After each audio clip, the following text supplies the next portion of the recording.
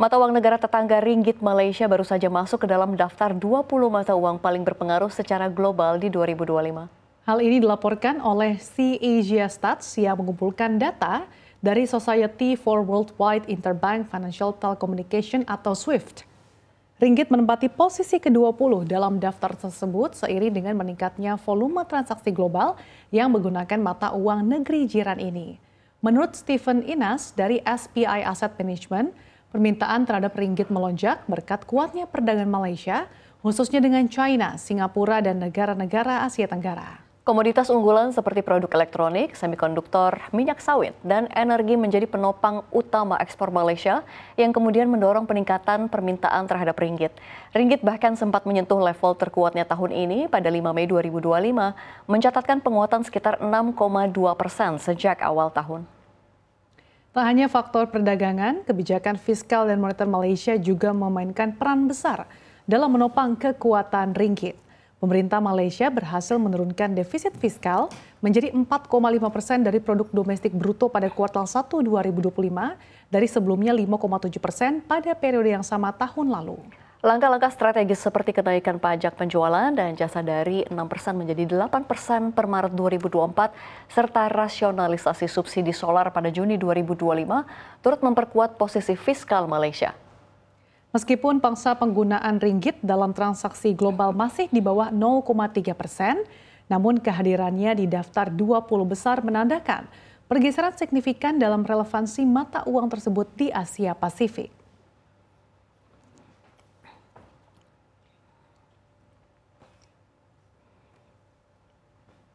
Wah, ini kalau dulu kita lebih sering dengar ringgit itu ya udah begitu ya, mata uang tetangga aja, mata uang Malaysia. Tapi sekarang tiba-tiba kita kaget-kaget juga ya, sudah menjadi naik kelas ringgit ini. Betul, ternyata memang gara-gara ekspor mereka yang kuat banget ya. Dari produk elektronik, semikonduktor, sampai minyak sawit. Nah, China dan Singapura juga nih Fir, bahkan yang jadi pasar yang penting buat Malaysia. Iya betul sekali, mereka juga sebenarnya udah rapihin kebijakan fiskalnya juga ya, defisit diturunin, pajak dinaikin, subsidi solar dirasionalisasi juga. Nah, semua itu bikin investor lebih percaya dan otomatis permintaan ringgit pun juga naik.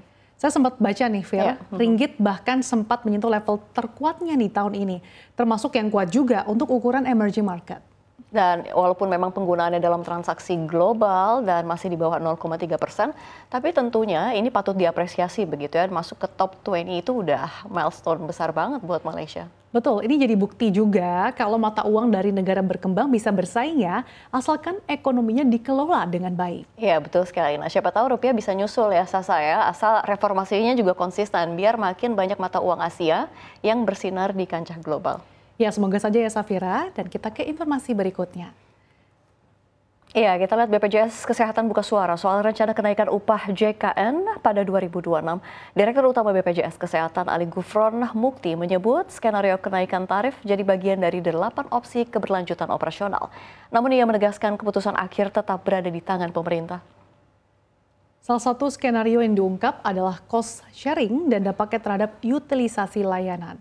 Pemerintah disebut akan menyesuaikan tarif seiring penerapan sistem kelas rawat inap standar atau KRIS mulai Juli 2025. Iuran BPJS belum naik sejak 2020 padahal belanja kesehatan naik sekitar 15% per tahun. Menteri Kesehatan Budi Gunadi Sadikin menyebut kenaikan iuran tidak populer namun perlu dilakukan demi keberlanjutan sistem. Ia menyoroti kenaikan belanja kesehatan yang tembus 614,5 triliun rupiah di 2023, tumbuh 8,2% dari tahun sebelumnya. Pertumbuhan ini bahkan melampaui PDB nasional yang hanya sekitar 5% dalam 10 tahun terakhir.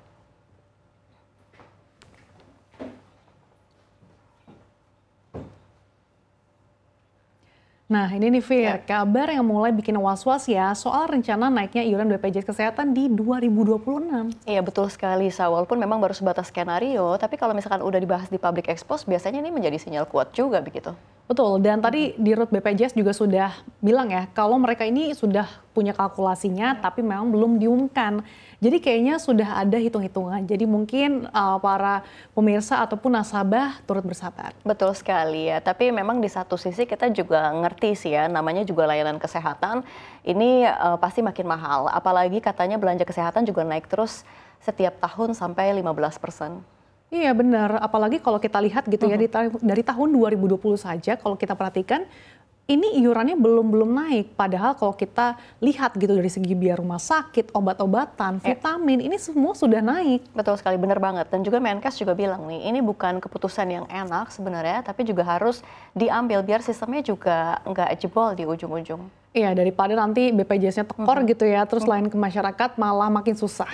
Tapi ya itu, tadi komunikasinya ke publik ini harus pelan-pelan, jangan tiba-tiba naik dan rakyat cuma bisa bilang, lah gitu ya. Gitu kan lah, gimana nih gitu kan ya. Nah jadi itu dia, memang seperti yang Sasa bilang gitu, jangan kaget. Jadi harus jelas kenapa naiknya berapa dan juga manfaat tambahannya apa. Biar orang nggak cuma mikir, nambah beban lagi gitu kan. Iya, semoga sih nanti pas ya waktu diterapkannya semua sudah siap juga, terutama sistemnya, Fir. Betul, amin. Dan juga semoga ini nggak jadi drama tiba-tiba ya, kayak dulu-dulu lagi. Betul, kita ke informasi berikutnya yang juga turut menjadi informasi pelaku pasar. Direktorat Jenderal Pajak akan menarik pajak dari penjualan mobil dan motor di e-commerce seperti Tokopedia hingga Shopee. Aturan ini tertuang dalam PMK nomor 37 tahun 2025 yang menunjuk marketplace sebagai pemungut PPh dari pedagang dalam negeri dengan skema PMSE. Pedagang dengan omset di atas 500 juta rupiah per tahun akan dikenakan PPh final sebesar 0,5%. Dengan melihat harga mobil dan motor, maka penjual mobil dan motor memang berkesempatan untuk ditarik pajak. Namun, besaran ini bersifat sebagai kredit pajak yang bisa diperhitungkan saat pelaporan tahunan. Dan bagi pedagang dengan omset di bawah 500 juta rupiah per tahun, tidak dikenakan pungutan asalkan menyampaikan surat pernyataan bruto omset ke pihak e-commerce.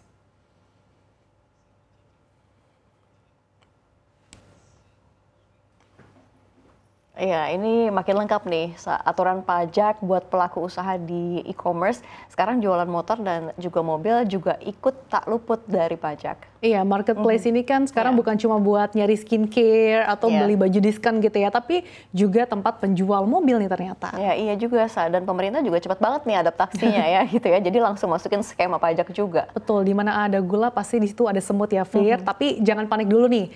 Ini cuma buat yang omsetnya tadi ditekankan di atas 500 juta rupiah per tahun. Yang kecil-kecil ini bisa tetap tenang asal ada surat pernyataan. Betul sekali, tapi yang menariknya ternyata juga ada nih yang untung nggak ikut dikejar DJP loh. Sasanya kalau kita lihat ya, ada ojol, pedagang emas, sampai penjual pulsa semuanya dikecualikan dari penarikan pajak ini. Ya, ojol bisa nafas lega tuh, padahal mereka juga transaksi lewat aplikasi ya, tapi nggak dipungut karena memang dianggap jasa pribadi mitra transportasi. Iya, pedagang emas juga aman karena memang kalau kita lihat gitu ya, ini udah ada aturannya sendiri dari PMK 48 2023. Jadi walaupun jualannya online, ini tentu saja nggak termasuk yang dipungut pajak lewat marketplace.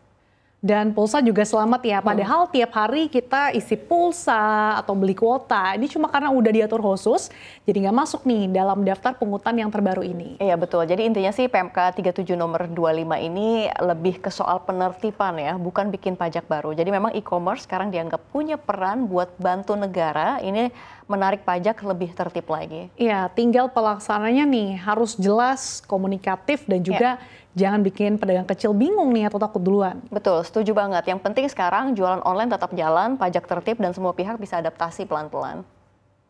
Dan kita ke informasi selanjutnya, Sasa, ada Menteri Keuangan Sri Mulyani Indrawati yang menerbitkan aturan baru soal pengenaan pajak penghasilan untuk pedagang di marketplace online. Aturan ini diatur dalam Peraturan Menteri Keuangan Nomor 37 Tahun 2025 yang ditetapkan oleh Menteri Keuangan Sri Mulyani Indrawati pada 11 Juni 2025 dan diundangkan pada 14 Juli 2025. Kementerian Keuangan akan menugaskan pemungutan pajak penghasilan kepada pihak lain yang merupakan penyelenggara perdagangan melalui sistem elektronik, alias penyelenggara e-commerce seperti Tokopedia, Shopee, TikTok Shop, dan lain-lain. Penyelenggara perdagangan yang dimaksud adalah yang berkedudukan di Indonesia dan luar negeri yang memenuhi kriteria tertentu. Misalnya menggunakan rekening escrow atau escrow account untuk menampung penghasilan. Besarnya pungutan pajak penghasilan pasal 22 yang diterapkan yaitu sebesar 0,5% dari penghasilan yang diterima pedagang online. Pedagang dalam negeri yang memiliki penghasilan lebih dari 500 juta rupiah akan kena pajak, sedangkan penghasilan di bawah 500 juta tidak diwajibkan bayar pajak.